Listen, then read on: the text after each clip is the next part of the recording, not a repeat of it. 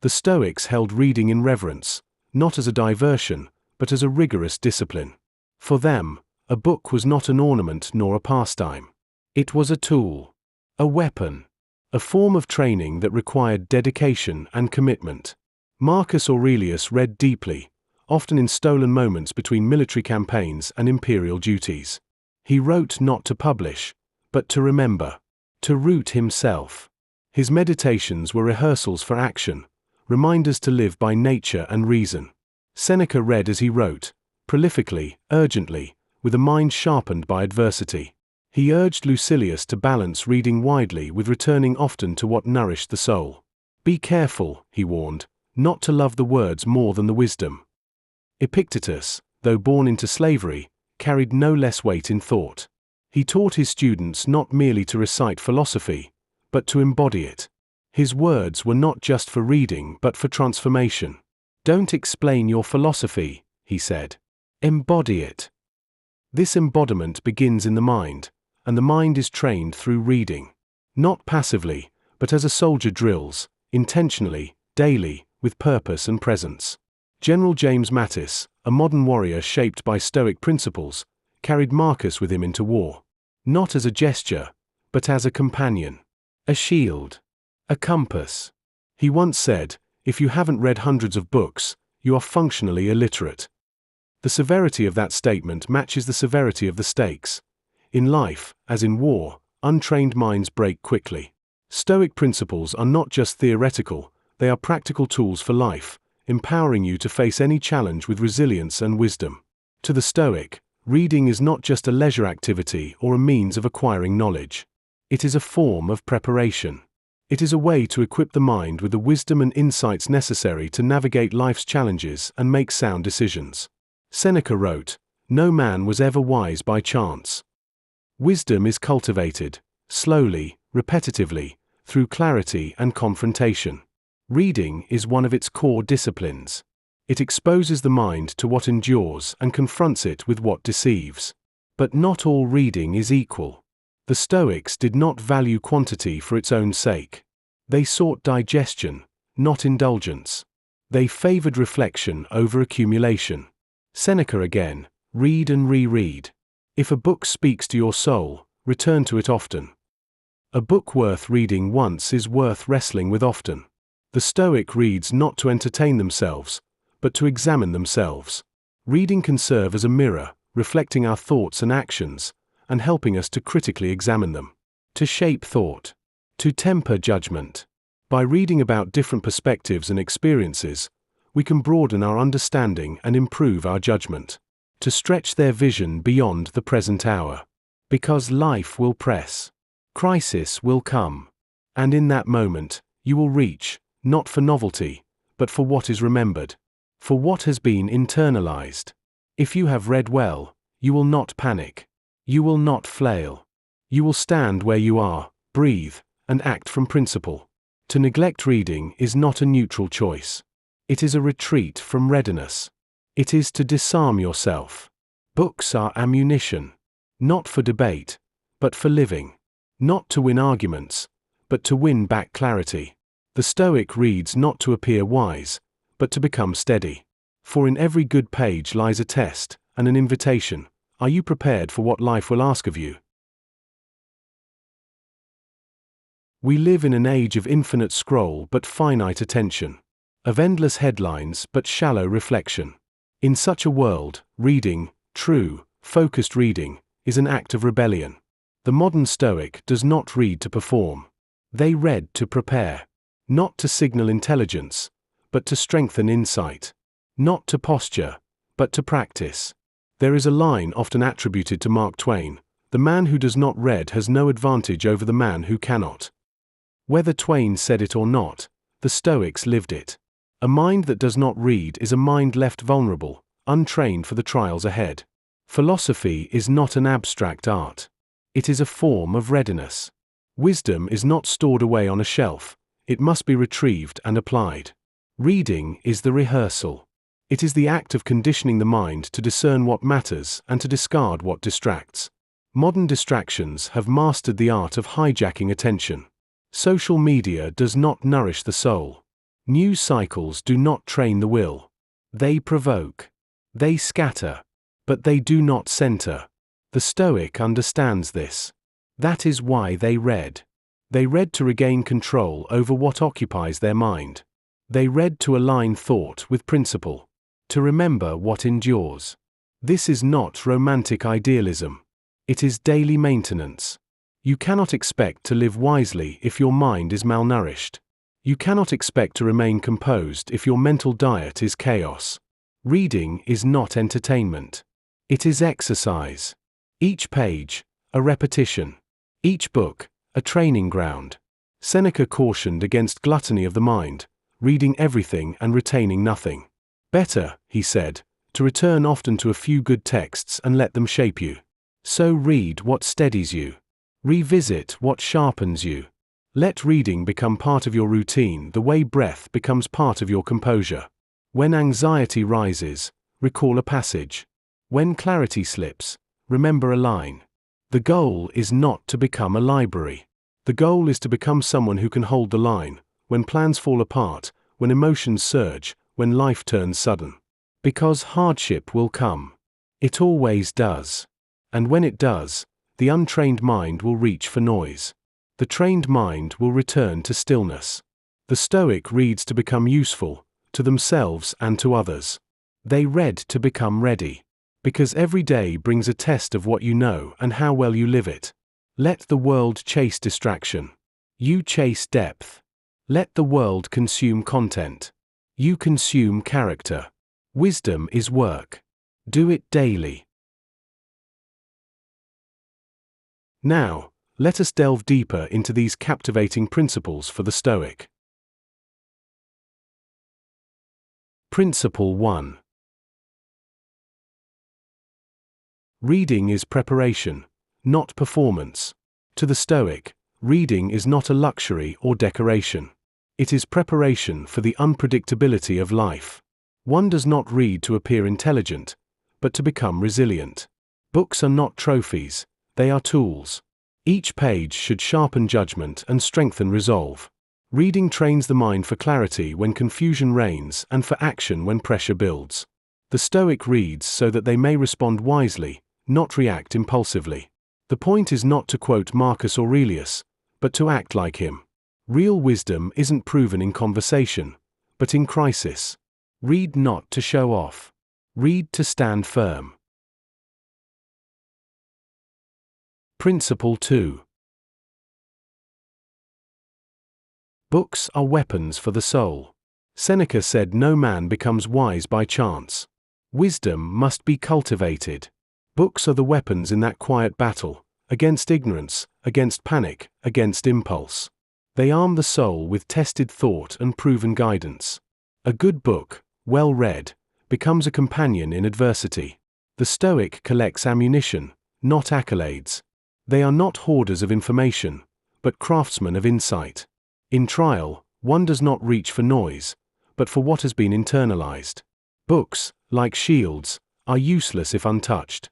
But when studied, remembered, and rehearsed, they become part of your defense. Read like your life depends on it, because it does. Principle 3. The right reading nourishes. Not all books feed the soul. The Stoic reads selectively, carefully, and repeatedly.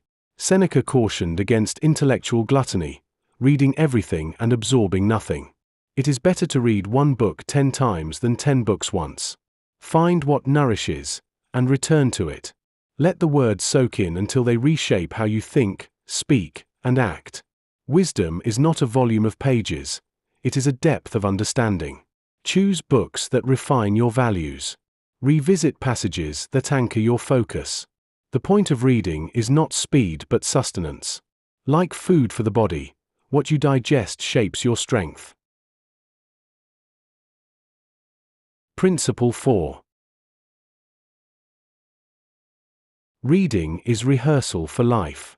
To the Stoic, books are not escapes. They are dress rehearsals. When life unravels, we lean on what we've studied. Have we rehearsed patience, courage, restraint, Reading is a way to walk the battlefield before the battle. Each paragraph is a preparation. Each reflection is a layer of armor. In peace, prepare for adversity. In stillness, train for storms. Do not wait until panic strikes to look for guidance. Build your shelter now, in pages and reflection. Read like the future depends on it. Because when it arrives, you will either act out of chaos or out of preparation. The Stoic chooses the latter. Principle 5. Repetition builds readiness. Seneca taught that returning to the same few texts builds strength. The Stoic does not chase novelty. They chase mastery. Repetition deepens understanding. Rereading is not redundancy, it is refinement. Each revisit reveals something new, because you are new, changed by time, trial, and practice. A great book grows with you, not because it changes, but because you do. Let its words revisit your mind until they live there. Memorize not for show, but for shelter.